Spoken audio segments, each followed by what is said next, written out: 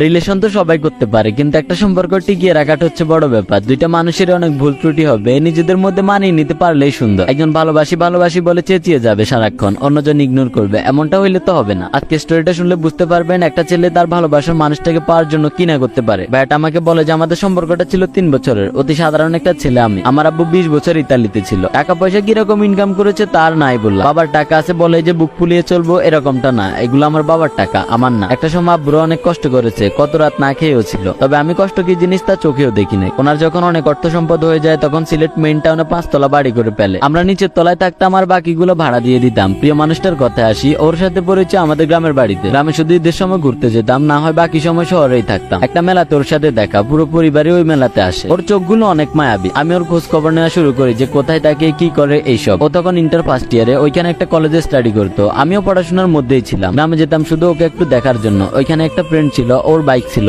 আমারও বাইক ছিল, দুজনে শুধু ঘুরঘুর করতাম। প্রিয় মানুষটার কলেজ ছুটির অপেক্ষায় থাকতাম। আমাকে অনেক ইগনোর করতো সে। শহরে কি মেয়ের অভাব আছে নাকি? তাও কেন জানি ওকে ভালো লাগতো। এটাই হয়তো ভালোবাসা। আর কত সহ্য করব। একদিন ওকে দাঁড় করিয়ে বলি যে তুমি কি জানো 48 কিলোমিটার পথ পাড়ি দিয়ে তোমার সাথে দেখা করতে আসি, সত্যি অনেক ভালোবাসি তোমাকে। ও বলে যে ভালোবাসি তো সবাই বলতে পারে, কয়দিন আমাকে আগলে রাখবা শুনি। আমি বলি যে সারাটা জীবন পর ওর নাম্বার নিই এবং আমরা রিলেশনে আসি। প্রিয় মানুষটার ফ্যামিলি মধ্যবিত্ত ছিল, এতে আমার কোনো সমস্যা নেই, তবে আমি জানতাম আমার পরিবার মানবে না। ও অনেক কেয়ার করতো আমার। একটা মেয়ে হিসেবে যতটুকু ভালোবাসার দরকার তার চেয়ে বেশি ভালোবাসতো আমায় সে। যে কাজগুলো পছন্দ করতো না ওইগুলো আমি বেশি করে করতাম, ওকে রাগিয়ে তুলতাম, আবার ওই রাগটা আমিই ভাঙাতাম। যে টাকাগুলো ওকে কলেজে যাওয়ার জন্য দিত ওইগুলো থেকে কিছু টাকা বাঁচিয়ে রাখতো আমার জন্য সে। আমি দেখা করতে আসলে হয়তো এদিক ওদিক ওকে বাইকে করে নিয়ে যেতাম, আর ঘোরাঘুরি শেষ হলে আমায় বলতো যে যাওয়ার সময় বাইকে তেল নিয়ে নিও। জোর করে পকেটে ঢুকিয়ে দিত আর বলতো যে বিয়ের পরে যেন সব কটা দিয়ে দিই হিসাব করে। আমরা 2 ভাই ছিলাম, বড় ভাইকে আব্বু দেশের বাইরে সেটেল করে দেয় আর আমাকে দেশের ব্যবসা বাণিজ্য দেখাশোনা করার জন্য রাখতো। 2019 সালের মার্চ মাসের 25 তারিখ আমার লাইফের সবচাইতে খারাপ একটা দিন। প্রিয় মানুষটার কল আসে, আমাকে ফুপিয়ে ফুপিয়ে বলে যে জান আমাকে হঠাৎ করে দেখতে আসছে, ওদের নাকি আমাকে অনেক ভালো লাগছে, কিছু একটা করো প্লিজ। আমি বললাম কেন, তুমি আমার কথা ফ্যামিলিতে বলতে পারবা না? ও বলে যে ওর ফ্যামিলির মানুষ এসব রিলেশন পছন্দ করে না, আর যদি জানতে পারে তাহলে খুব তাড়াতাড়ি অন্য কারোর কাছে ওর বিয়ে দিয়ে দিবে। আমি তখন বলি যে আচ্ছা তুমি চিন্তা করো না, আমি কিছু একটা করতেছি। আমি আমার আব্বু আম্মুর কাছে ব্যাপারটা শেয়ার করি। আম্মু রাজি ছিল, বাট আব্বু বলে যে উনি রাজি নেই সম্পর্কে, আর আমি যদি আমার প্রিয় মানুষটাকে চয়েস করি তাহলে ফ্যামিলি ছাড়তে হবে এন্ড ওনাকে ওনার সবকিছু বুঝিয়ে দিয়ে ফ্যামিলি থেকে লিভ নিতে হবে। পরে আমি অনেকটা ডিপ্রেশনে চলে যাই যে কেমনে কি করব।